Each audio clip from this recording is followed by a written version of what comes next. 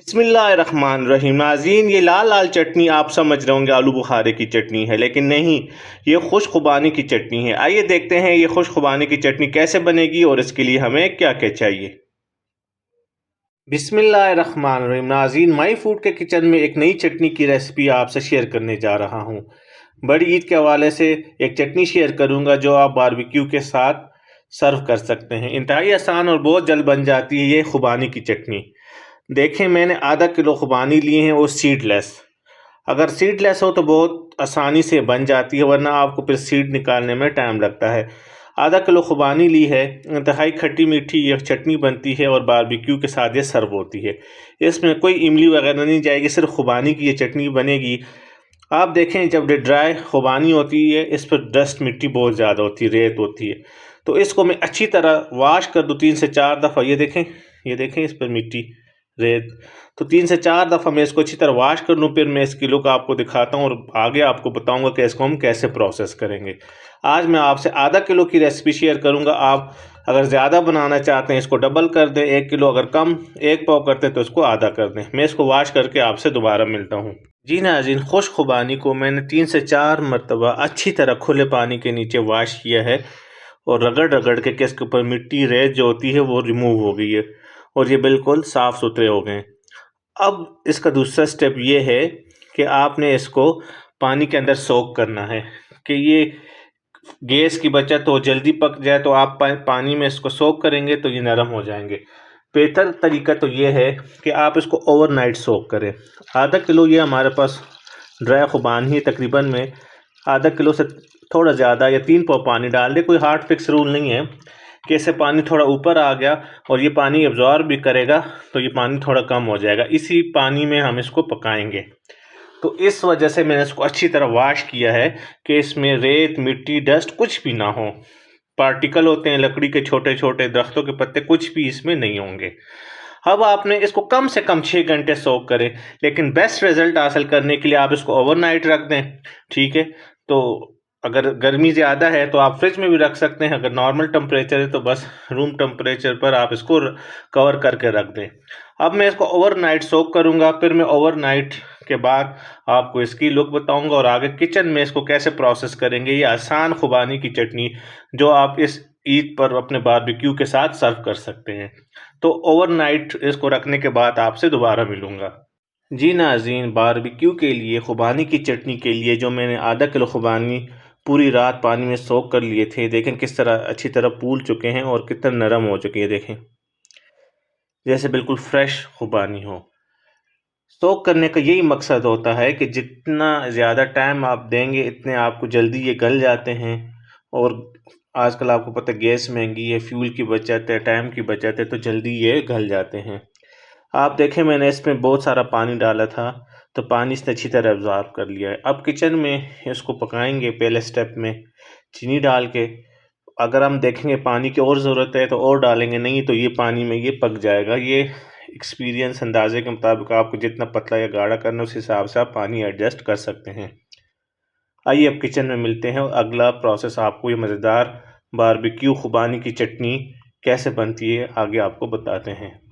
जी नाज़रीन, किचन में आपको खुश आमदीद कहता हूँ। मज़ेदार खुबानी की कटी मीठी चटनी बारबेक्यू के लिए आप कोई बर्तन रख लें, कढ़ाई रख लें जिसमें आप आसानी से बना सकें। ये देखें, मैंने ये पानी समेत आधा किलो खुबानी इसमें ऐड कर दी। मीडियम फ्लेम पर हम इसको पकाएंगे।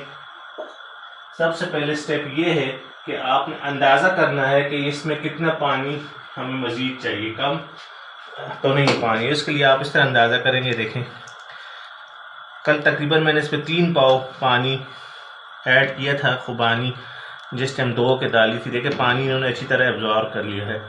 आप देखें कि पानी इसमें मुझे थोड़ा सा कम लग रहा है कि मैं इसमें थोड़ा और पानी डालूंगा जिसमें ये पक जाए थोड़े।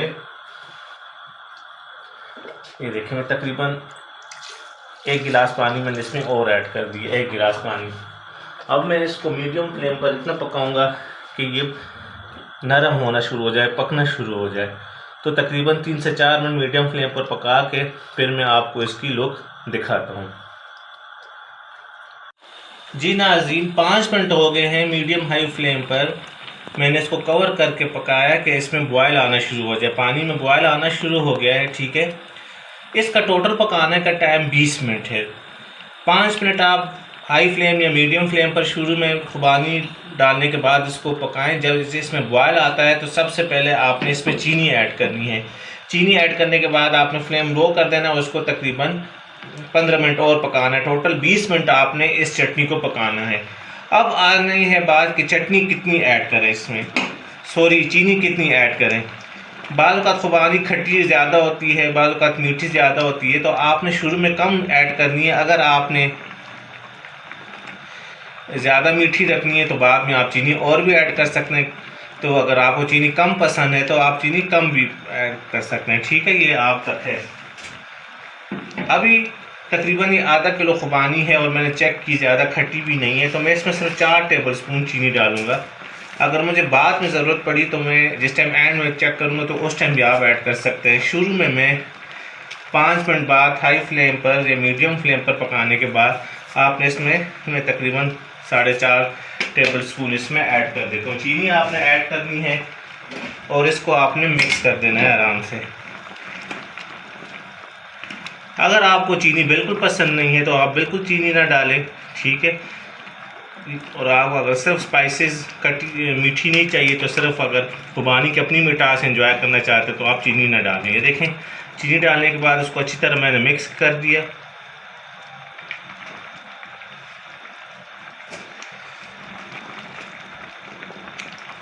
अब मैं फ्लेम को मीडियम फ्लेम मैंने रखा था, थोड़ा फ्लेम कम कर दूंगा, बहुत लो भी नहीं रखना। और इसको 15 मिनट कवर करके आप पकाएं, बार बार देखें कि इसमें ये ऊपर से गिरे ना। 15 मिनट पकाने के बाद फिर मैं इसकी लुक आपको दिखाता हूँ। टोटल 20 मिनट आपने इसको पकाना होता है।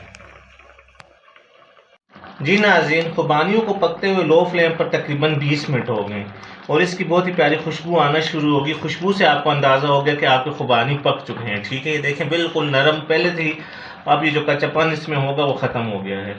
अब आपने फ्लेम बंद कर देना है। याद रखें सिर्फ हमने इसमें अभी तक चीनी ऐड की थी अपने टेस्ट के मुताबिक, 4.5 से 5 टेबल स्पून आप समझ लें। अब फ्लेम मैंने बंद कर दिया है। थोड़ा इसका टेम्परेचर नॉर्मल हो जाए तो फिर इसको मैं जूसर का जो जग होता है ग्राइंडर, उसमें इसका पेस्ट बना लूँगा। आप देखें पानी भी जितना इसने चूसना तो चूस लिया, देखें बेहतरीन है। थोड़ा ठंडा हो जाए तो फिर मैं इसको जो आम जूसर का जग होता है, ठीक है, आपने उसमें इसका पेस्ट बना लेना है। ये देखें इस तरह ये जो होता है, ठीक है। तो इसमें ठंडा हो जाए, ज़्यादा गर्म आप न डालें। तो ठंडा होने के बाद इसका पेस्ट बना के फिर मैं आपसे दोबारा मिलता हूँ। जी नाज़रीन, ये देखें मैंने जूसर के जग में इसका पेस्ट बना लिया है। आप देखें कि बहुत ज़्यादा बिल्कुल बारीक पेस्ट नहीं है, ठीक है, ग्रेन्यूल है, दानेदार है। देखिए मेरा इसमें पानी कम था तो पानी पेस्ट थोड़ा गाढ़ा है। इसी जग में मैं पानी थोड़ा डाल के इसको कंगाल के इसमें पानी डालूँगा कि हमने लो फ्लेम पर इसको पकाना है। मज़ीद पानी डालकर क्यों पकाएंगे, अब इसमें थोड़े से हमने स्पाइसेस ऐड करने हैं। स्पाइसेस ऐड करने के लिए कि आपकी जो चटनी है जले ना, तकरीबन 1 गिलास हमने इसमें मज़ीद पानी डाल दिया। अगर आपका ये बैटर पतला है, पेस्ट बनाने के बाद अगर अपना पानी इसमें मौजूद है तो फिर आपने इसमें पानी ना डालें। मेरा पेस्ट जो था जो हमने बनाया है इसको ग्राइंड करके वो गाढ़ा था, तो मैंने इसलिए इसमें पानी डाल दिया। और ये पानी पकेगा तो इस दौरान मैं इसमें स्पाइसेस डालूँगा थोड़े से।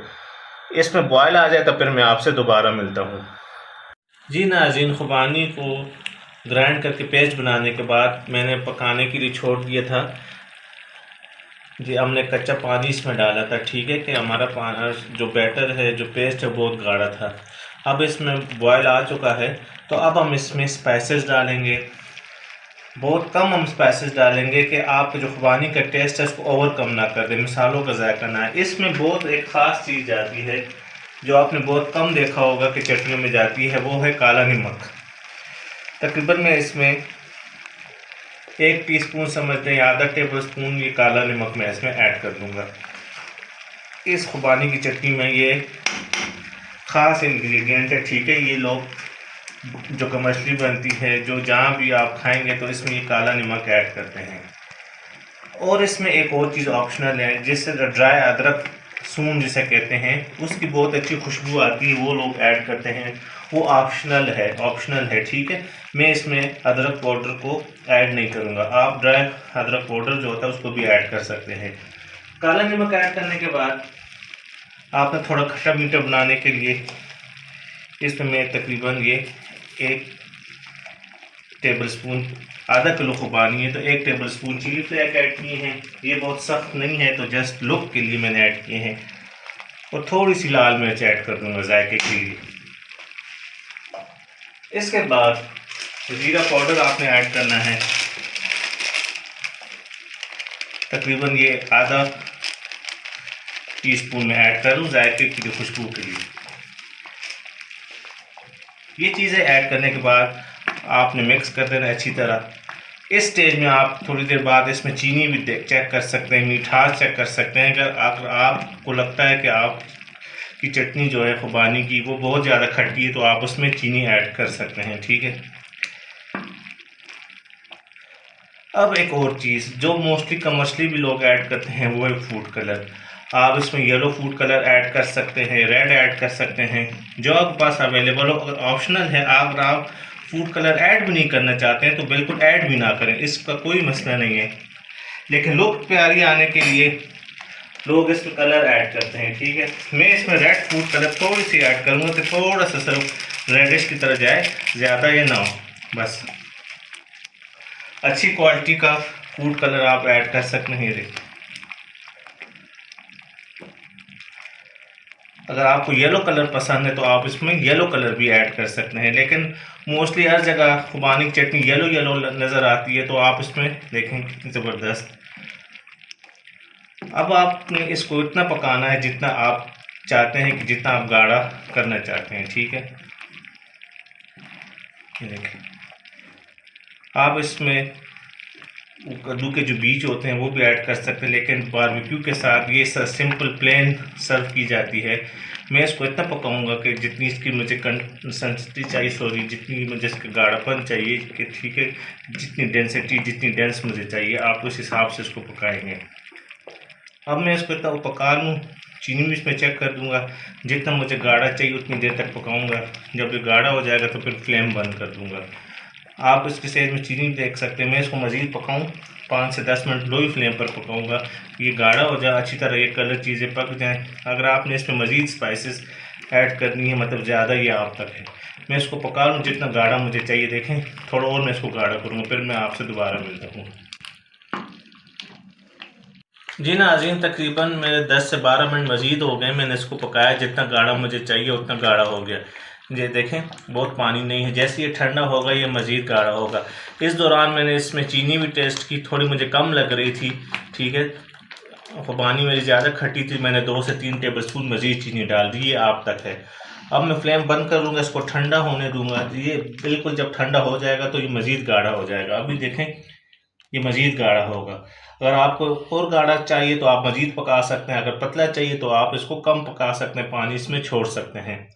कमर्शियली जो मिलता है वो ज़्यादा पतला होता है, आपको पता है वो, लेकिन घर में जो आप अपने इस्तेमाल के लिए बनाते हैं तो इंसान चाहता है कि गाढ़ी से गाढ़ी चीज़, अच्छी चीज़ खाए।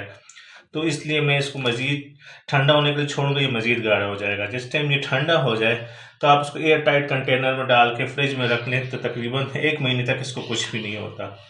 मैं इसको ठंडा होने के बाद आपको बाउल में सर्व करके दिखाऊंगा, बाकी मैं कंटेनर में डाल के फ्रिज में स्टोर कर दूंगा। ये ठंडा हो जाए फिर मैं इसकी लुक आपको दिखाता हूँ।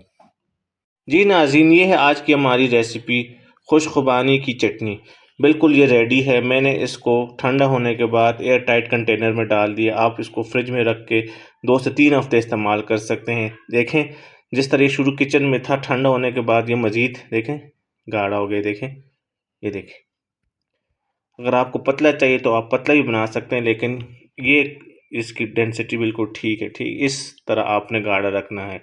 उम्मीद है ये खुबानी की चटनी की रेसिपी आपको पसंद आई होगी, और आप ज़रूर इस दफ़ा गर्मियों में या ईद पर बारबेक्यू के मौके पर बना के अपने मेहमानों को सर्व करेंगे। इस दुआ के साथ इजाज़त चाहता हूँ कि अल्लाह पाक आप सबके वालिदैन को लंबी ज़िंदगी और सेहत दे। और जिनके वालिदैन फ़ौत हो चुके, अल्लाह उनको जन्नतुल फिरदौस में आला मकाम अता फ़रमाए। अल्लाह हाफ़िज़।